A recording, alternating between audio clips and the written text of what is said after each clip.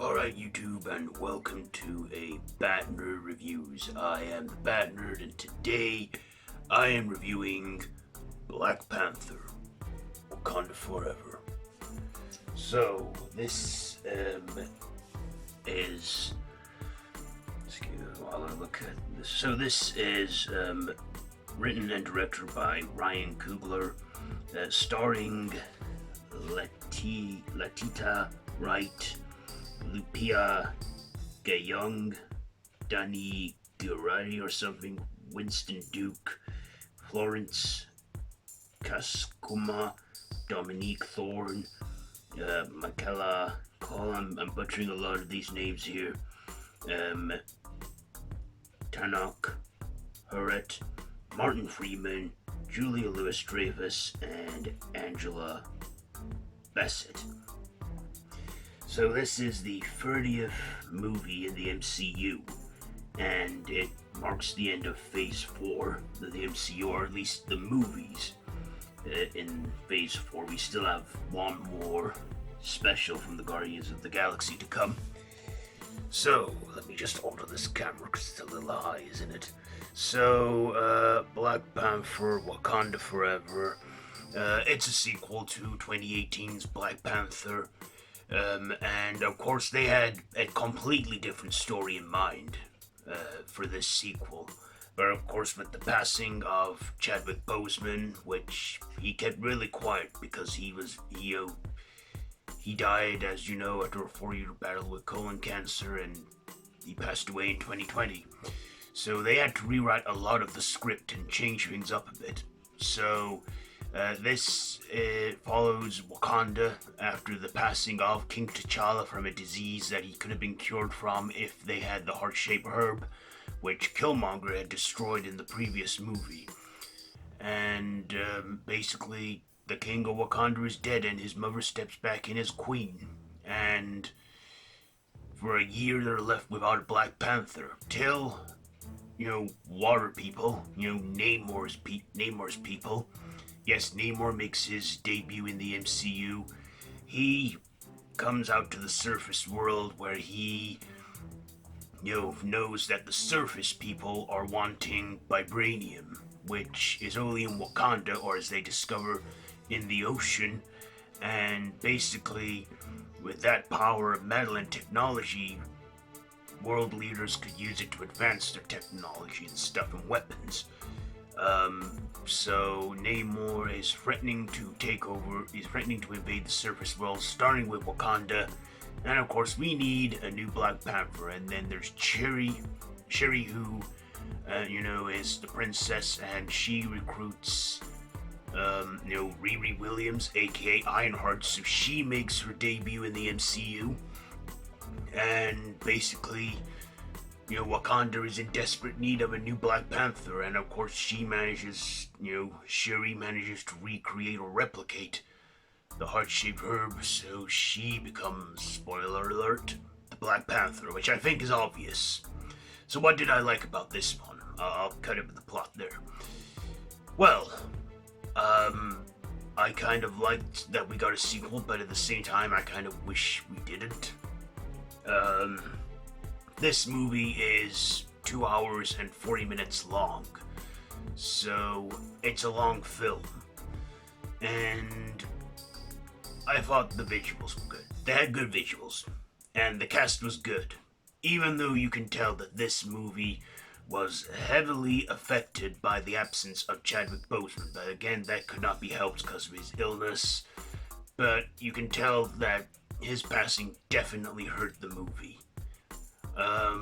But, I like that they didn't recast T'Challa, and I like that this movie honored him too. When they did the whole Marvel Studios logo, it was all just reels of him, and it was silent, honoring the fallen man.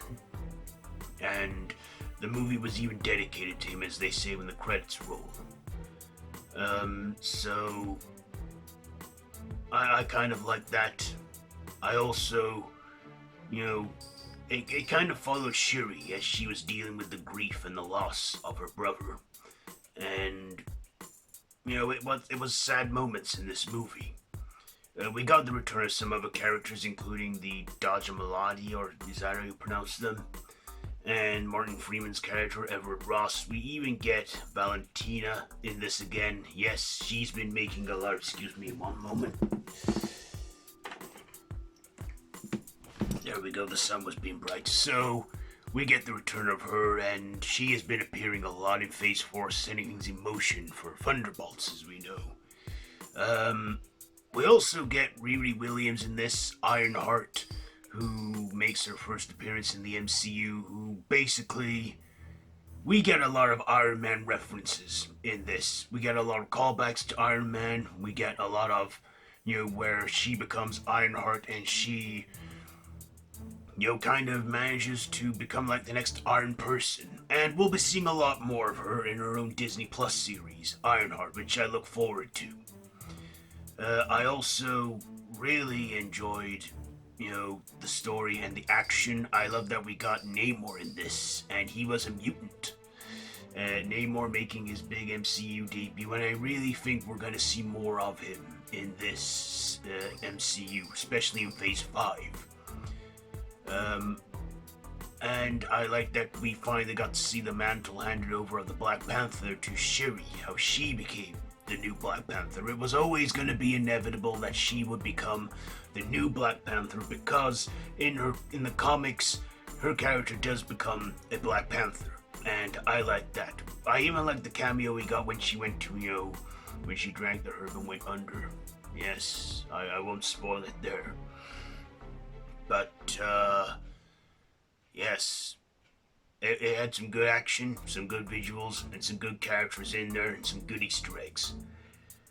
But I do have my negatives on this. This movie was, like I said, 2 hours and 40 minutes, and it could have easily been a lot shorter. This movie went on a lot longer than it needed to, and I gotta say, it was a very slow start. I'm being honest, I'm giving you my honest opinion. It was a very slow start, and I gotta be honest, we don't even see Shuri become the Black Panther until like the final act of the movie, like the last hour of the movie. And it's basically a slow burn and a slow build in some scenes. We get a lot of good action sequences and stuff in between, but I feel that this did go on a lot longer than it needed to. But yeah, will there be a third Black Panther? Maybe. I mean, I would like to see Shuri back as the Black Panther again in a third movie if they ever do that.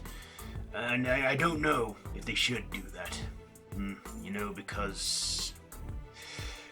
But, yes. Black Panther Wakanda Forever. It was good. It had great visuals. I like that we got to see, Marvel's answer to Aquaman. And we got some, Ironheart. We got, so many good action and characters in there. And it was a great movie. But like I said, it went on a lot longer than it needed to. And you can tell that Chadwick Boseman's passing was heavily affected by this movie. But I still enjoyed it as a sequel. There is the usual mid-credit scene. There's a mid-credit scene, but no post-credit, okay? So, just giving you the heads up. There is a mid-credit scene, but there isn't a post-credit scene. I don't know why, but it was like that with Spider-Man No Way Home, when they showed a preview of Doctor Strange in the Multiverse of Madness. I feel that's what they should do now. Like they do a mid-credit scene, but then after that, give us a sneak peek of what's to come in the next MCU movie if they got the footage ready. Anyway, yes, Black Panther Wakanda Forever. Do I recommend it? Yes. If you like the first movie, check this one out. I feel it doesn't recapture the magic of the first movie, but it's still a decent film. And they handle and honor Chadwick's passing, King T'Challa's passing, very well in this. So, ratings. What am I gonna rate Black Panther Wakanda Forever? You know what, I do think it was good, but like I say, I feel I have my moments, but I like to think that they did their best in this. I will give it I'll give it 4 batarangs out of 5. 4 batarangs out of 5 for Black Panther Wakanda Forever. So there you go. There is my review on Black Panther Wakanda Forever. Have you seen this? Let me know all that down below in the comments. And if you like this video, be sure to give it a big thumbs up and to share with your friends. And feel free to subscribe to my YouTube channel if you haven't already, and hit that notification bell. All of my social media links are linked down below in the description, so feel free to check it all out. Also, I'm very, very close to hitting 100 subscribers. You know, I mean, it would mean a great deal to me if you could subscribe, but like I say, the choice is yours. But that would be quite the achievement to get to 100 subs. I mean, for some people it happens overnight, for some people it takes time. For me, it's taken time, but I know that when I get to that 100 milestone, it'll all been worth it.